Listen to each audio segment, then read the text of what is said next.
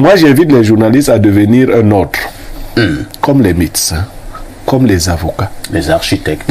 Vous devez devenir un ordre. Pour que vous ne soyez plus gouverné de l'extérieur.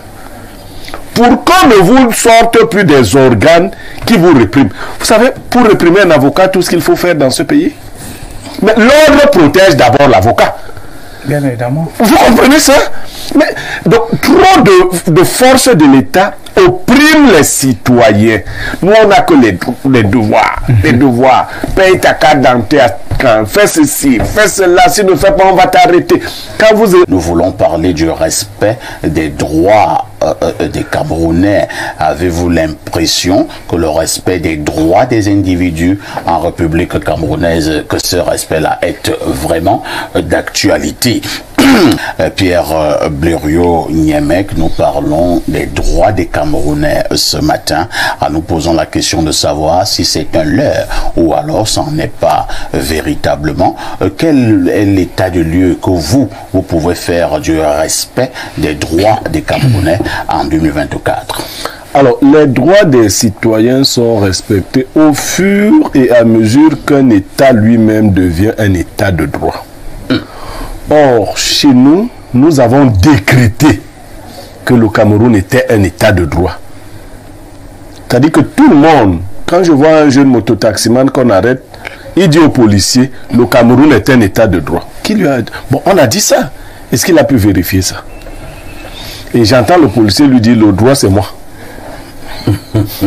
Donc, comme tu as dit que le Cameroun est un État de droit, moi je vais te montrer que l'État, le droit, c'est moi. C'est moi le droit. Vous voyez les gars de la mairie, nos communautés, nos policiers, bon, qui ne sont pas encore reconnus par le droit, parce qu'il y a tout un processus qui n'est pas encore arrivé à son terme, mais qui agissent déjà escalité. Mais quand ils font ce qu'ils font là, ils disent aussi que le Cameroun est un État de droit.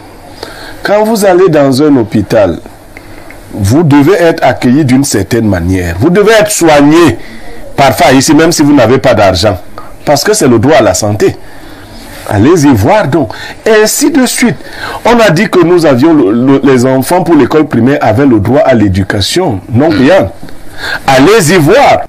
Non, je crois qu'il y a une entourloupe. Les Camerounais confondent les textes volontairement avec la réalité. Quand vous marchez, vous vous rendez bien compte que nous sommes encore dans une situation assez précaire. Cela signifie que vous répondez clairement à la question posée, c'est-à-dire c'est un leurre. Bien sûr, il ne faut pas vous adresser, il ne faut pas revendiquer vos droits n'importe comment. Il faut d'abord regarder l'environnement. J'ai dit à un jeune homme dernièrement qui m'appelait au téléphone, il y a 3 policiers ici qui sont en train de me taper. Je lui ai dit, mais tu as vu qu'ils étaient 3, toi tu as commencé à parler. Est-ce qu'il y avait des...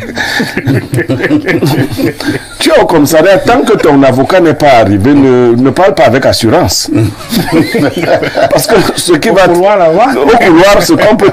Non, c'est quand ton avocat est déjà là, que bon, tu sens que quand même, il y a quelqu'un qui va témoigner de ce qui... Non, ça c'est la réalité de ce que nous vivons. C'est-à-dire qu'en dehors de tout ce qu'on fait pour tromper, parce que le problème, ce n'est pas de bien vivre chez nous, c'est de donner l'impression à ceux qui nous évaluent. Il y a des gens qui nous évaluent, que nous nous comportons bien.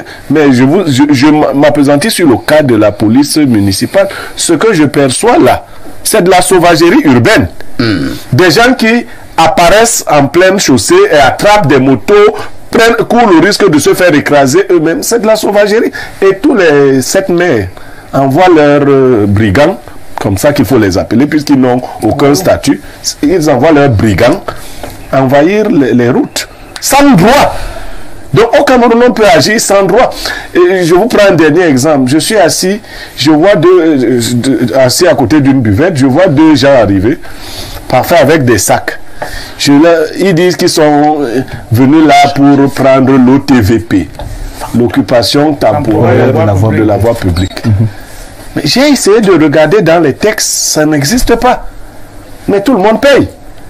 Non, en fait, il y a la loi de 2004 sur l'orientation revisée partielle de 2019 qui prévoit la taxe sur l'occupation temporaire de la voie publique. Sauf que qu'on vient désormais dans les terrains titrés quelqu'un a mis sa boutique dans son espace. Est-ce que le Parlement s'est prononcé là-dessus? Il y a une loi qui a été votée dans ce sens. Je vais vous fournir ça. D'accord. Bon, je vois dans ces deux jeunes hommes qui disent qu'ils sont là pour prendre l'OTVP. L'OTVP, c'est sur la véranda de la personne qui avait construit sa boutique. Son titre foncier. Bon, je leur dis, mais l'OTVP, c'est quoi? Et il y a entre la boutique et la route une rigole. Parfois, moi, je veux comprendre. Hein. Ils viennent me dire qu'il y a une rigole entre la boutique et la route. Et la boutique se trouve après la rigole. Tout à fait. Donc, c'est quoi la voie publique? Justement, sur ce point particulier, il y a beaucoup d'abus. Beaucoup d'abus parce que vous avez même au niveau de Kozoa là-bas, Kozoa, il y a des moments qui m'ont rencontré. Elles sont sur leur site bien titrées, mais vous ne pouvez pas venir revendiquer l'OTVP dans la propriété de quelqu'un. De toutes les façons, donc, je crois que les droits des Camerounais sont constamment violés. Et qu'il faudrait que nous évoluions, non pas pour plaire à l'extérieur, mais pour être véritablement un état de droit. Oui, à notre leurre encore?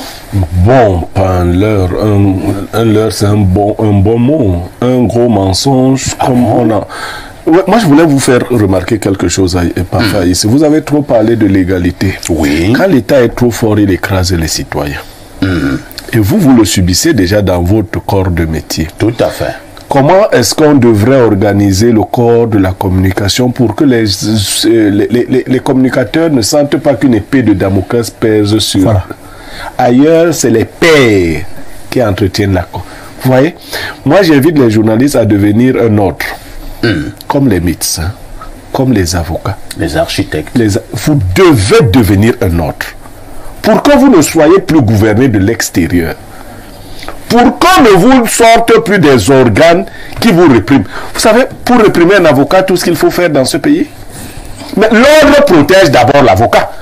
Bien évidemment. Vous comprenez ça? Mais, donc, trop de force de l'État opprime les citoyens. Nous, on n'a que les devoirs. Les devoirs. Paye ta carte dentaire. Fais ceci, fais cela. Si tu ne fais pas, on va t'arrêter. Quand vous regardez, on a une situation aujourd'hui. J'ai parlé des autres corps. Je vous parle d'un autre brigandage. Vous avez les gars des services de transport qui s'habillent en chasuble, je sais pas, jaune. Prévention routière. Et qu'est-ce que ces bandits font sur nos chaussées en se comportant comme des agents de police judiciaire, en prenant les documents des véhicules? Qu'est-ce qu'ils font là? Est-ce que c'est une façon pour le ministre de leur trouver de l'emploi? Ben, ils sont là systématiquement. On voit, nous sommes Camerounais pour prendre de l'argent aux citoyens. Mais on est trop pressé. Il y a trop.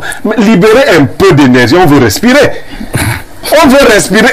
C'est-à-dire, on nous presse ici, on nous presse là. C'est terrible quand même. Libérez un peu. Enlevez-nous tous ces voyous là. Très bien.